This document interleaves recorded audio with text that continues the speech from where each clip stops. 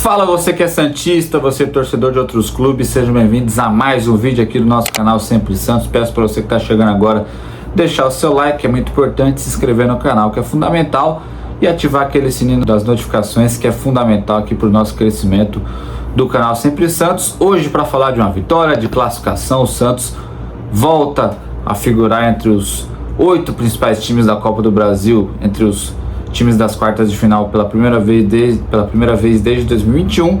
Então o Santos conseguiu bater a equipe do Remo por 1-0 no agregado, 0-0 na Vila Belmiro, assim como aconteceu na fase anterior contra o Coritiba. O Santos empata o jogo de ida em casa por 0-0 na Vila Belmiro, né, contra Coritiba e contra Remo, e no jogo da volta, tanto contra Coritiba e contra a equipe paraense, o Santos vence o jogo da volta, né, contra o Coritiba 2-0 e hoje contra o Remo pelo placar de 1-0. Sempre lembrando os nossos apoiadores da Baobá Serviços Automotivos, Mendescar, Infintos Engenharia, e também do GR Araújo, aqui, os apoiadores do canal Sempre Santos, que tanto nos dão esse suporte para seguirmos aqui no canal Sempre Santos para falar sobre o Peixe, que nesse jogo importante traçar dois paralelos, né? Traçar um comparativo entre o primeiro e o segundo tempo.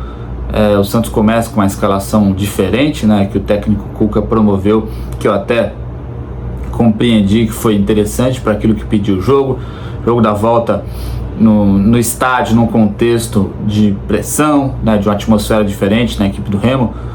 Mais de 30 mil pessoas seguramente estiveram no Mangueirão, lá no Pará, em Belém, para acompanhar essa partida.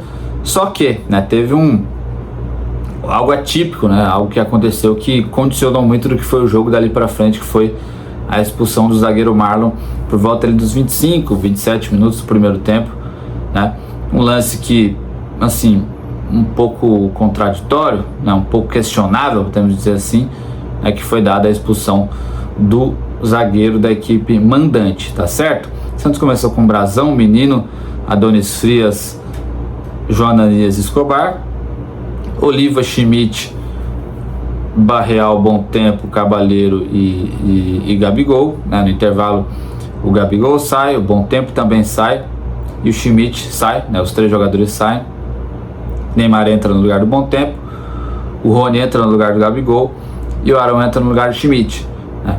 E o Neymar, assim, teve uma atuação muito importante e bem mais útil, foi bem mais útil do que ele vinha sendo em alguns jogos nesse ano, em que ele tenta pegar mais vezes na bola em zonas mortas do campo, né? Ele pegou a bola em partes decisivas do campo, né? Da esquerda para o meio, né? Jogando como esse jogador mais próximo do Rony, né? Lado a lado com o Rony sendo o atacante, e muito pela ponta esquerda, né? A gente tem até o mapa de calor, mapa de ações do Neymar, que foi muito da ponta esquerda, né? Do lado esquerdo caindo para o meio, naquela faixa entre o lateral direito e o zagueiro adversário ali. Então foi uma atuação muito mais produtiva e muito mais pragmática e resultadista do Neymar, que deu certo. Afinal de contas, ele ter jogado esses 45 minutos, mais 7 de acréscimos, né, 52 minutos, ele deu assistência para o gol do Rony, né? Então foi uma atuação pragmática, útil e que deu certo do Neymar. Importante pontuar e elogiar essa boa atuação e de mudança de postura, né? De característica de jogo aí que pedia para o Neymar.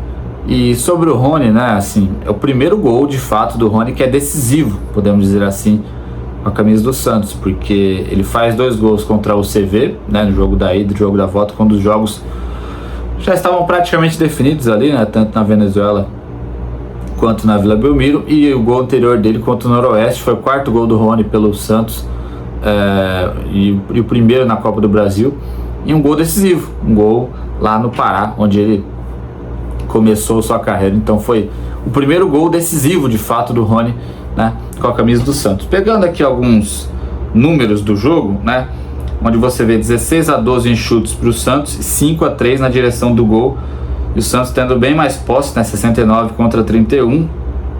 Importante essa classificação, importante demais essa classificação do Santos contra a equipe do Remo, para tentar abafar, tentar diminuir, reduzir aí a crise institucional e esportiva que o clube tanto vive nos últimos anos. Que óbvio, né, essa vitória, essa classificação não vão apagar tantos erros e tantos problemas que o clube tem e que cometeu ao longo desse ano e nos últimos 2 anos, mas ela dá um alívio sim, e faz com que o Santos consiga pensar mais para frente de fato no Campeonato Brasileiro. No próximo domingo tem às 6h30 da tarde a equipe do Atlético Paranaense na Vila Belmiro, o jogo do Campeonato Brasileiro, que o Neymar está suspenso, tomou o 3º cartão amarelo contra a Chapecoense e está fora dessa partida, Passando os resultados da Copa do Brasil, que o Santos conseguiu se classificar para essa fase seguinte, a fase de quartas de final. Pegando aqui, Copa Betano do Brasil, Juventude 0, Atlético Mineiro 1, O primeiro jogo foi 0-0 na Arena MRV, e na volta, Alfredo Jaconi 1-0 para o Galo.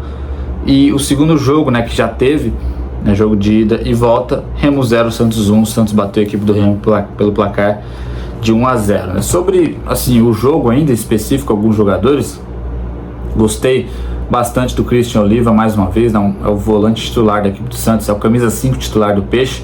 Tudo bem que o Santos tem, além dele, o Schmidt e o Arão, mas o Oliva é quem mais se mostra regular e jogando bem por mais tempo com a camisa do Peixe. O Schmidt, quando o jogo ficou 11 contra 10, um jogo que naturalmente, pelo Santos ter mais a bola e ser menos exigido defensivamente e fisicamente, é um jogo para o Schmidt, porque ele é aquele volante que, se o jogo exige muito fisicamente dele, ele é prejudicado, porque é um jogador que não tem tanta saúde assim para aguentar.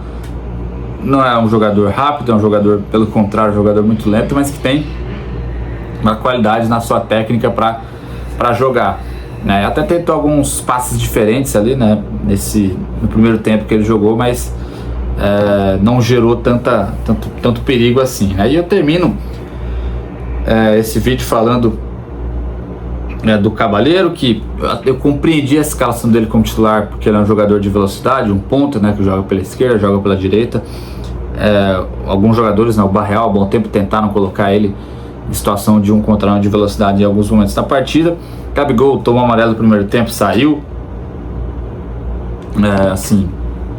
Difícil, O Gabigol tem jogado muito mal e perdeu até um gol na primeira etapa, que ele estava dentro da pequena área, Tudo bem que ele pode ter escolhido o método que ele finalizou de forma errada, mas a bola, um gol que um centroavante do nome que ele tem, da qualidade que ele tem, que ele já mostrou no futebol, não deveria perder.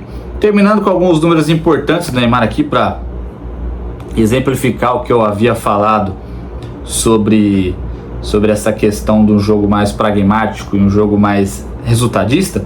3 passes decisivos, para finalizações, uma delas por gol do Rony, uma grande chance criada,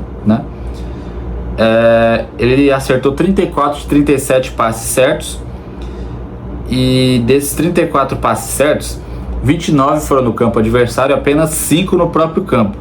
Aqui que está essa questão, apenas 5 passes no próprio campo, ou seja, muito menos passes. Vou até fazer um comparativo para um próximo vídeo, comparando os outros jogos do Neymar. Muito menos passes no campo de defesa e no próprio campo do Santos do que nos jogos anteriores, bem mais passes no campo adversário. Então isso foi realmente muito legal de ver, muito importante. A gente espera que isso aconteça para os próximos jogos. Deixa aí sua opinião nos comentários, o que você achou dessa classificação do Peixe. Santos volta a campo no domingo contra o Atlético Paranaense. Se inscreva no canal e deixa o like no vídeo, que é fundamental.